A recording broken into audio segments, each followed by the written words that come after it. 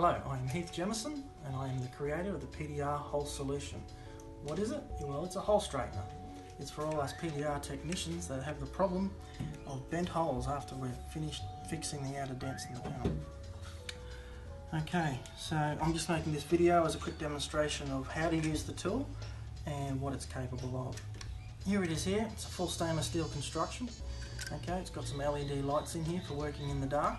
It's a good time saver, that one, because previously before the LEDs you had to wheel your light over to shine underneath the bonnet to be able to see what you're doing. The PDR hole solution is for everybody in the industry, not just the technicians. R&R guys can use it and managers will learn to love it because they get rid of all those complaints of bent holes. Now, it can be used on bonnets and boots obviously, but it can be used on tail light panels, on header rails, and that's where R&R guys really benefit. When they go to put a tail light in, or a sun visor for instance, and the holes are all bent up and the plugs won't go in, this thing is a lifesaver. It stops you from having to drop headliners again to straighten up holes. Okay, maintenance wise, there's very little to do. There's a couple of AAA batteries in there with a light to light up the LEDs, and then all you have to do is really keep the two pressing surfaces clean. That will affect the quality of the end product. Other than that, it's stainless steel, so it won't rust, and it's built to last. You buy one of these, they'll be in everybody's toolbox by 2018. Everybody will have to own one, and yeah, it's a quality product. I recommend you get onto it. As you can see here, we've got some large hole diameters and small hole diameter holes that have been bent up, and I'm going to demonstrate for you how to use the tool. Okay, so here it is here. So step number one is to release the catch. Now it's very important that you push the catch up onto this little retainer here, because most of the time you're actually working on the bonnet and the tool will be upside down like this, and if you don't put it on the catch, it keeps getting in the way of the handle like that, and that's no good. Okay, so first step, put it on the catch. Now it's a two-hand operation. Keep one hand on the handles, and the other one is for turning the dial up the top here. Okay, the dial has an indicator on it that tells you which way this hook tip is facing at any particular time. Now that comes in very handy when you're in a small hole and you need to get the tool back out again without damaging it once you've repaired it. Okay, so it's relatively simple. Alright, put it on the retainer.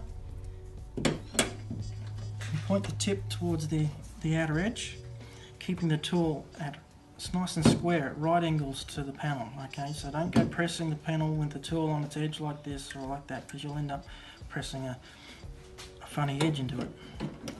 Keep it flat. I'm going to start up here, and you simply work around the edge of the hole bit by bit. You don't have to try and do it all at once. Okay. Now, see, I've worked around one side of the hole. You might have to make a few passes. Again, keeping it nice and square with where we want the panel to be straight.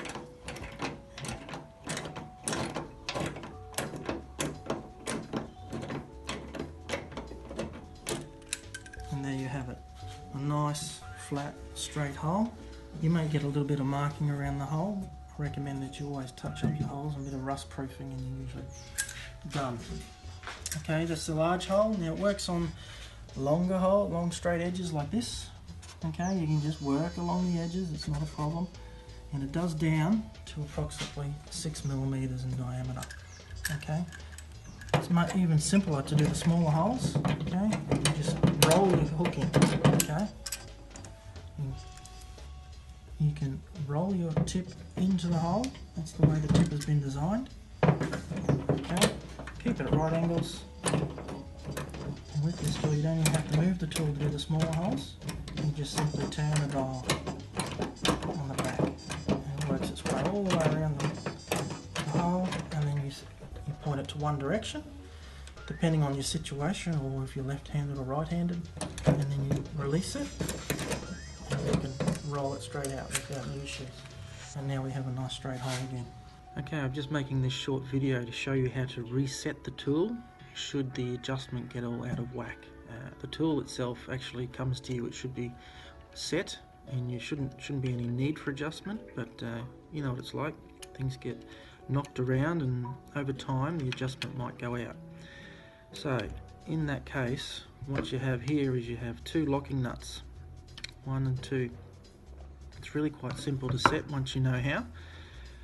What you do is when the tool is in the closed position, you simply tighten up lock nut 1 until it touches the back of the body here. Only just touches. Okay, so when you do that, the tip will be touching here and the locking nut 1 will be touching the body. And it's really simple. What you want to do is tighten that 1/2 turn. The easiest way to do that is to simply hold that nut still and use the indicator on the back here so you can tell exactly 1/2 a turn, and just turn it anti-clockwise, 1/2 a turn. Okay, once you've done that, simply turn locking nut number 2 until it locks up against number 1. Tighten it up. You can use a pair of pointy nose pliers if you like to really tweak that up against there, and then the tool is reset. Okay, you should have just a little bit of drag when it's in the closed position. You should still be able to turn the tip there easy enough, but you should just feel a little bit of drag there, and that'll be perfect.